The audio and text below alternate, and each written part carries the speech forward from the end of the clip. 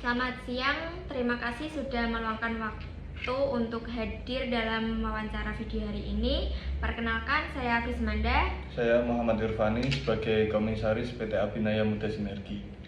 Di sini saya akan mewawancarai Bapak mengenai perusahaan PT Abinaya Muda Sinergi. Apakah boleh, Pak? Dengan senang hati. Baik. Bisa dijelaskan secara singkat mengenai PT Abinaya Muda Sinergi dan apa motivasi utama di balik pendirian perusahaan ini pada tahun 2024? Untuk PT Abinaya Muda Sinergi adalah perusahaan yang didirikan pada tahun 2024 oleh sekelompok tenaga ahli profesional muda. Untuk fokus utamanya adalah memberikan jasa perencanaan, perizinan, dan pengkajian teknis bangunan gedung. Untuk motivasi utamanya yaitu menjadi mitra strategis yang komprehensif bagi klien. Perusahaan ingin membawa profesionalisme konsultan ke tingkat yang lebih tinggi dengan membantu pelaku usaha dan pemilik bangunan memenuhi standar teknis dan regulasi pemerintah yang dinamis di Indonesia.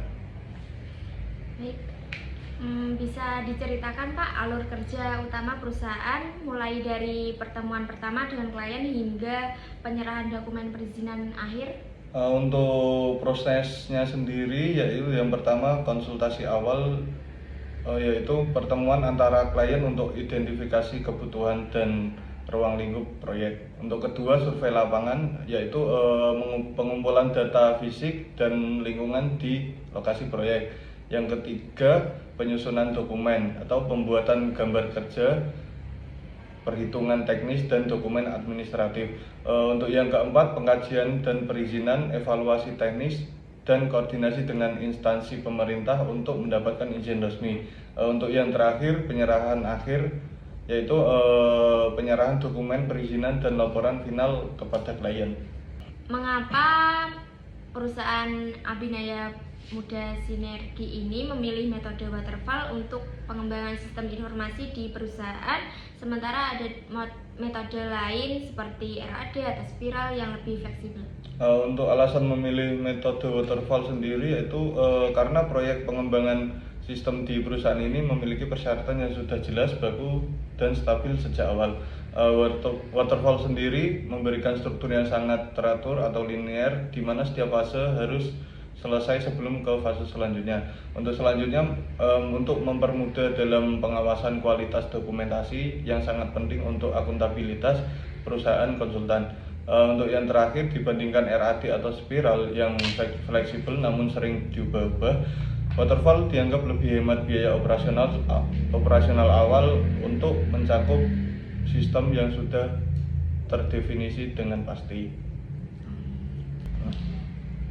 Di PT perusahaan Abinaya Muda Sinergi ini menggunakan sistem keuangan seperti aplikasi apa ya Pak untuk mengelola keuangan? Untuk aplikasinya sendiri yaitu menggunakan Accurate karena membantu kami mengintegrasikan pencatatan biaya proyek, hutang piutang hingga laporan laba rugi secara otomatis, sehingga tim keuangan tidak lagi perlu melakukan input manual yang berisiko salah tulis. Yang terakhir, apa harapan sederhana untuk kemajuan PT Abinaya Muda Sinergi di tahun ini? Harapan kami untuk PT Abinaya Muda Sinergi di tahun ini yaitu terus berkembang sebagai perusahaan konsultan yang terpercaya.